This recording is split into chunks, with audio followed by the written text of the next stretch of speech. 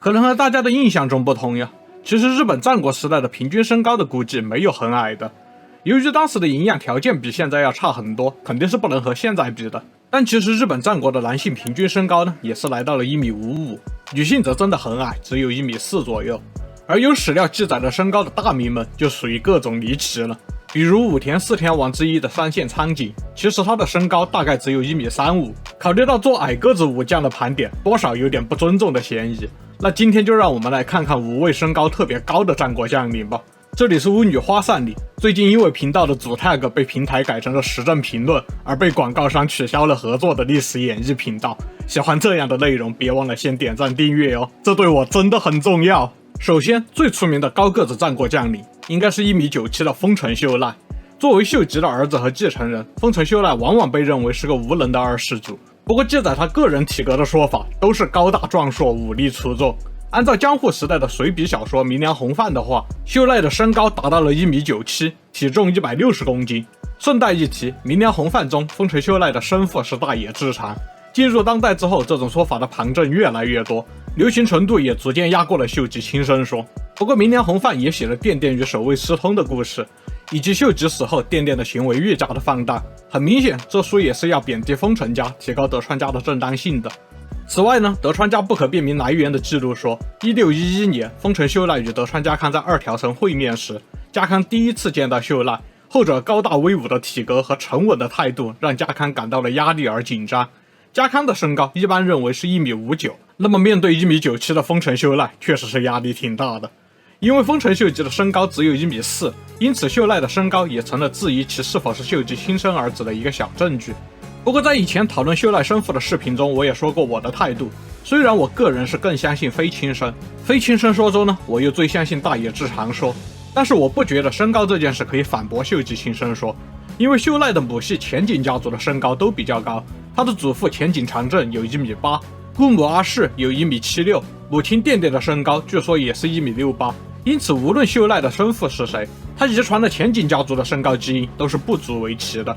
此外，战国著名的三姓家奴藤堂高虎也是个高个子将领，身高达到了1.90米。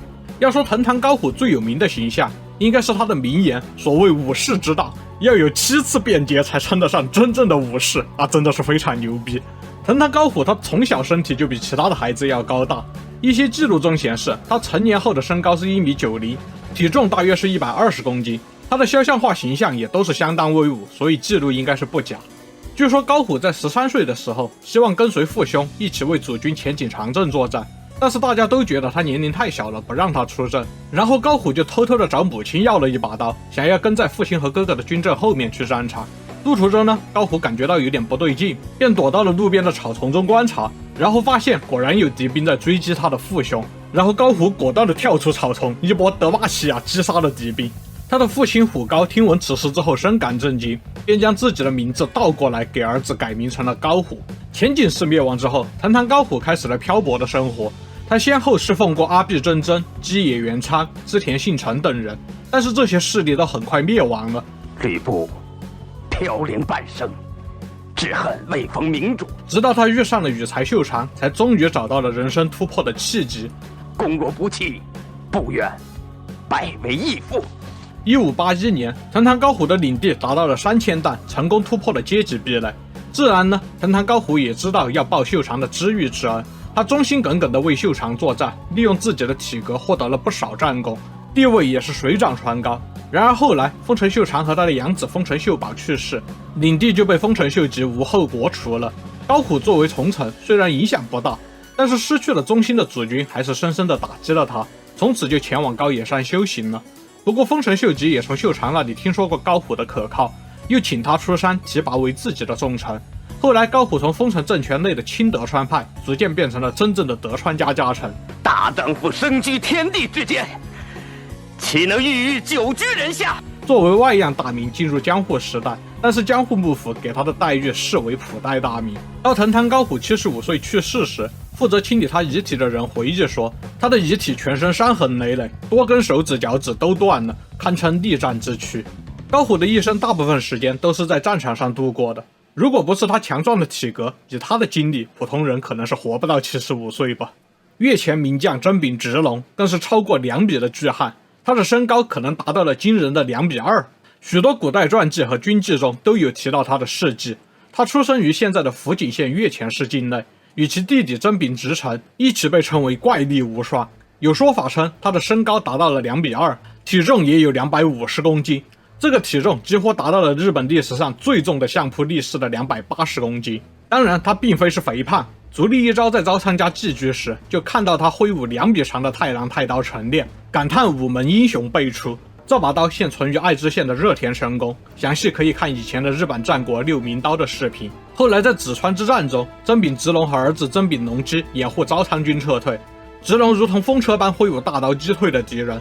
据说直隆在战场上大声吼道：“我乃真柄十郎左卫门，有胆得来与我一决胜负吧！”